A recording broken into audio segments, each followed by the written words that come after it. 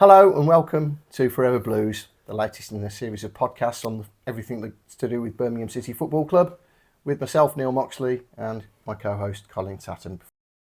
Before we start, a little bit of housekeeping as per normal. Our grateful thanks to Davidson's Law for sponsoring this podcast. So, Colin, it was a fairly momentous week at all things considered, ending with that dramatic injury time malarkey at Ewood Park. I mean, what was your view of the game as a whole, mate?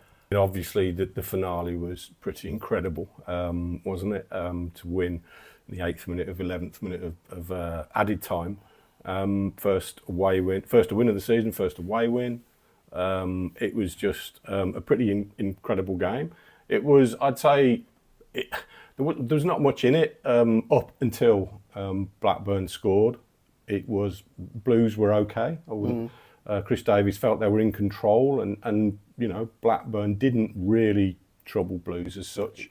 But the goal really changed everything. It almost gave Blues a little bit of a kick up the backside. They increased their urgency of their efforts to try to get on level terms.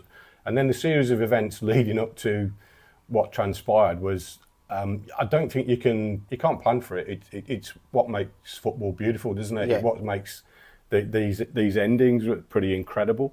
In a nutshell, I mean, I got my notes here because it needs to go through like that. I mean, Todd Cantwell scores, and that sort of changes everything. Blues get a little bit of a kick up the backside from it. Then their urgency and effort level increases a little bit.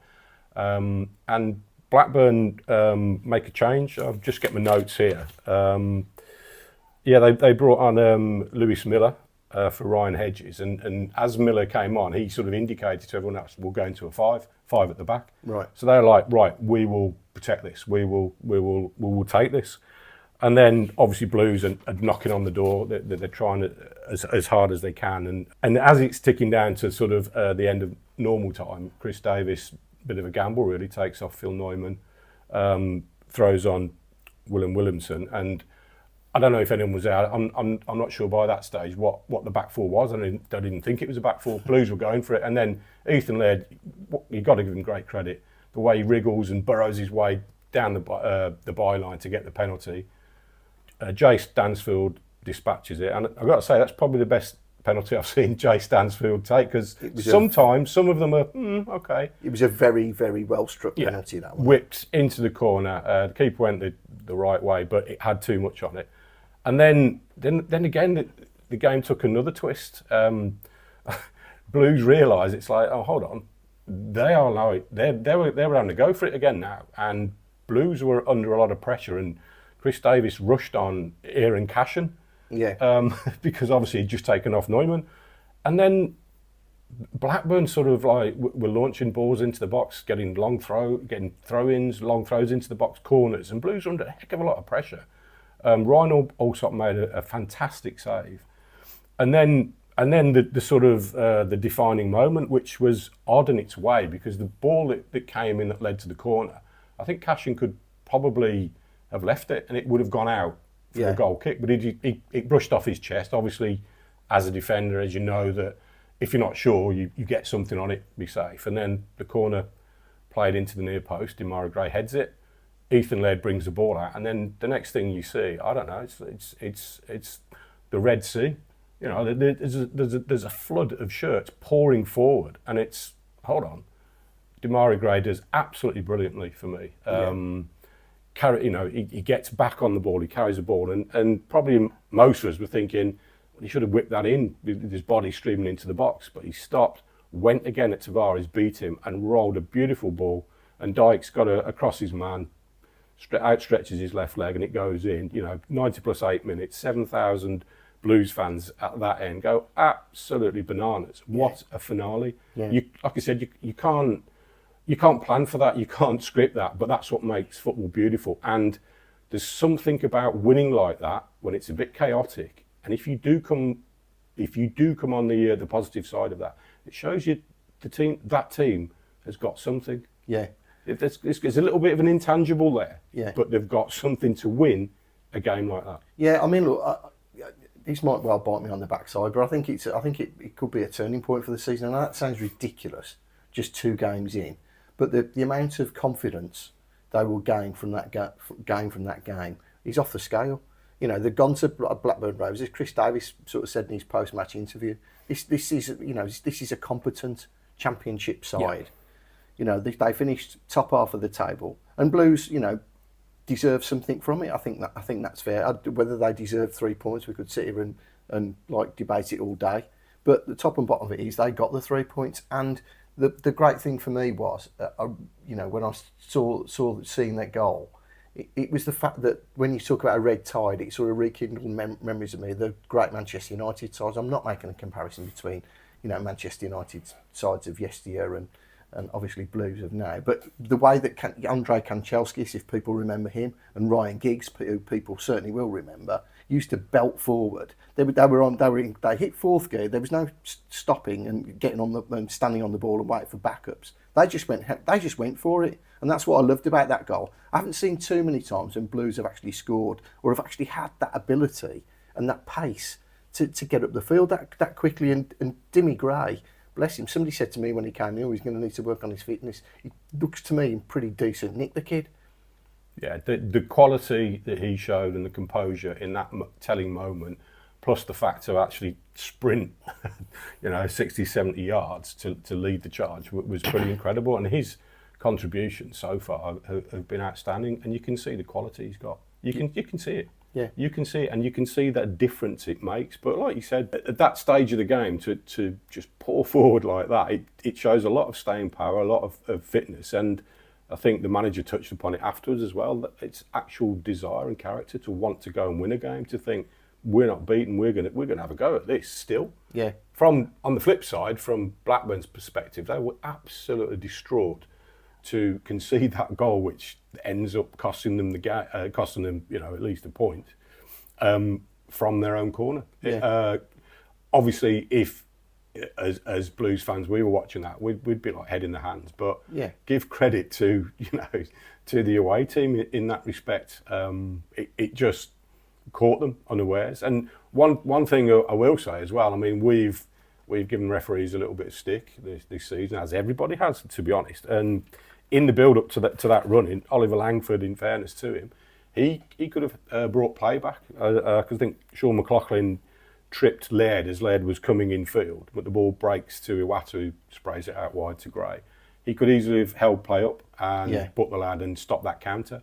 Yeah. He didn't, so fair play to him for doing that, and I'm glad he did, because those scenes at the end, you know, there's 4,000 holes in Blackburn, Lancashire, and 7,000 Blues fans in Darwin, and I think it was going absolutely mental, wasn't there? Yeah.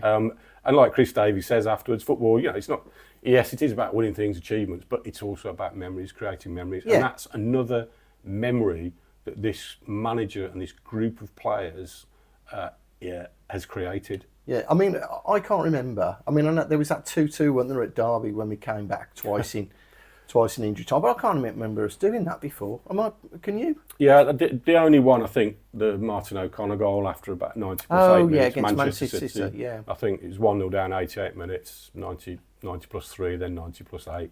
Who got the first one? I don't know. I don't know. Was it Nicky Forster? I think it was Nicky Forster, yeah.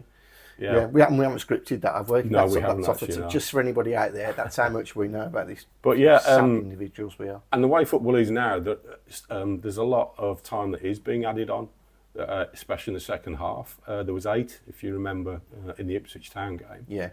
And obviously 11 here. And just shows you, I mean, Blackburn were trying to break the game up. There were niggly fouls. They're a very physical team as well, which you'd expect from Ismail. That's how he likes their teams to play. But it just shows you that these games are not over. They're not over. And teams who are fitter have got that desire. And also, if you have substitutions who can make an impact, it's going to be big this season. Yeah. And I was just about to say, mate. I mean, do we? You know, we touch on the squad already because we've seen it in action, haven't we? He made 6 changes for the game against Sheffield United, then reverted back obviously to the team that played against Ipswich. How important do you think? You know, because we've seen Laird come on and make a big contribution. I mean, he wasn't a guaranteed starter, wasn't he? And may get an extended run in the side. We'll touch on the Cochrane issue in a moment. And it also, Lyndon Dykes coming off the bench as well with that winner. We're already seeing the benefit of having, a strong squad. And it seems as though, from comments afterwards, that there is still a bit of harmony in that. So there isn't any grumbling. There are people, there are people who are, it is a bit of a collective at the moment. So, it's a great position to be in, to be talking like this, isn't it? Yeah, absolutely. And I think even people who may have lost their place, starting position, like Ethan Laird, they're seeing a bigger picture. There's something building here. I've said it before, that there's momentum. The club is on an upward trajectory. And if you're a player, you do want to be part of that. Yeah. And you're likely to play a part in some way, shape or form. You mentioned there Ethan Laird. I mean, he came on at half-time to play left-back. And he was excellent, injecting that sort of vigour and forward-running power, and to get the penalty to basically help turn the game on its head was exceptional for him. And which, again, you talk about the squad, it leads us on that Chris Davis was mentioning that they have been looking for a left-back, and obviously Alex Cochrane going off with an issue, which is quite unusual for him because he's a durable player. He was like 6 games short, I think, of playing every game last season. So he doesn't normally get these injuries, but it does seem that Blues are going to be in the market for a left back, whether that's on loan or permanent. And with you being our Fabrizio, you know everything about the transfers that are going on. How do you see what the manager may be doing next in the market? Well, I think they were looking for a left back anyway. There was competition for places everywhere, pretty much. I understand that. I mean, clearly those efforts to sign a left back will be stepped up now. I just wonder whether or not Chris Davis would have thought. I think. Look, to answer the questions, I think Blues are still looking for some wingers on both sides. I think they're looking for another centre back. Obviously, but Krystian Bielik's gone, and good luck to him. But I think they were looking for a left back. But I just wonder, in terms of Chris Davis's list of priorities, when he had, because he knows he's got Ethan Laird, as a capable sort of deputy who can play on that left hand side, whether or not it was 2 wingers, centre half, left back. And I just wonder whether, obviously, the need for a left back now has sort of risen with the fact that Alex Cochrane has suffered this injury. I mean, I feel a bit sorry for Lee Buchanan. I actually like him. I think he's a more than competent Championship player, and were he fit, he'd be able to play in a top 6 Championship side. For me, when he was at his best, I thought he playing with full of confidence. But it sounds as though he won't be back until the other side of Christmas. And then you would expect, he's had so little game time in the last sort of 15, 16 months, or however long he's been out. I would expect the club to loan him out. So, I think he's on a long-term deal. I think he might have another year left. So, that being the case, they do need to address the left-back issue, I think, as a matter of priority now. I mean, obviously, since the last time, mate, obviously, Krystian Bielik's gone. Like I said, good luck to him. He's been a fantastic servant, didn't let us down, stayed around when we went down. But it does necessitate, rather, if I can get my words out, a new club captain, and the manager's chosen Christoph Klarer. I mean, just wondered what your thoughts were on that. Yeah, I think that was almost the inevitable choice, and the right one, definitely, because he has emerged into such a talismanic figure plus a leader since he's been here, hasn't he? And I'm going to nick something, actually. It made me laugh. There's a guy at lazy9 on Twitter, X, or whatever we want to call it now. He posted a meme of the Dolph Lundgren one in Rocky. And he said, pre-match huddles went up a notch. And obviously the meme is, if he dies, he dies. And you can just see Christoph Klarer, that sort of figure, can't you? Getting them together in a huddle saying, lads, this is us, this is what we're doing today. Yeah. But yeah, he's been an outstanding acquisition. He leads by example. He's obviously got the respect of his peers. And it makes total perfect sense. And a word on Krystian Bielik, he's a victim of circumstance in many respects, because otherwise he would be, a starter. Through no fault of his own, he lost his place.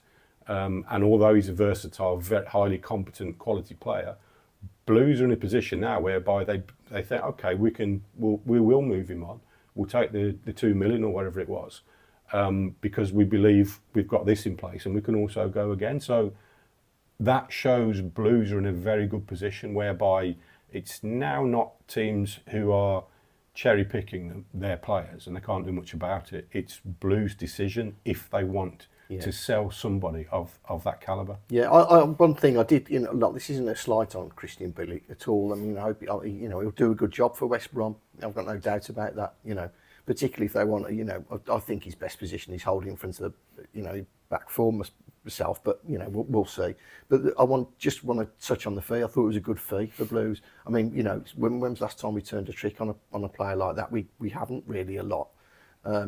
So yeah, I thought this is a good piece of business, good for Blues, good for West Brom. He'll stay in the area, no doubt, and he goes with everybody's best wishes, doesn't he? I think. Just finally, there's some other speculation that I think you wanted to run past me, wasn't there? Yeah, the Aleksandar Mitrović rumour has reared its head again. I think we talked about this previously, but is there anything to it? Because for me, the figures just wouldn't add up. No. Do they like him? Well, yes. I mean, I think they do. I mean, if you're looking for players who could get you out of the Championship, he scored 40 odd goals for Fulham 3 years ago, didn't he? He's still, I mean, might be the wrong side of 30 now, but you don't lose the ability to find the net. He might be a bit less mobile, but look, he should thrive in that sort of circumstance, and he should really still be able to thrive in the Premier League. Were we to get there, but there's a massive but here. If you actually look at the figures, like you've just said, the salary package, I'm led to believe it's £18 million a year, which is £1.5. We'll break it down to people. A lot of people get paid monthly. It's £1.5 million a month. I mean, that's comfortably 10 times what the highest earning player at Blues currently gets. So, unless the Saudis are willing to write off huge chunks of his salary, I just don't see it getting off first base, to be perfectly honest. United probably would make an exception in terms of the wage structure for a player of his ilk, but I just think it's a non-starter, mate, just because of the sheer vastness of the salary demands at the moment. I can't see, he went out there for the money. So I can't see him, making too many concessions on the money coming back. And what strikers these days in the Premier League, Watkins at Villa's probably on about £7.5 million a year, something like that. So that's the sort of level you're looking at. I just don't see it, mate, to be honest. Thank you, Carl. That just about wraps up the latest episode from us pair. Before we go, we'd just like to say thanks again to Davidson's Law and our junior partners who are Bewdley Spirits, bless them, DrainTech and AMG Logistics. So thanks to one and all, and hopefully see you very shortly.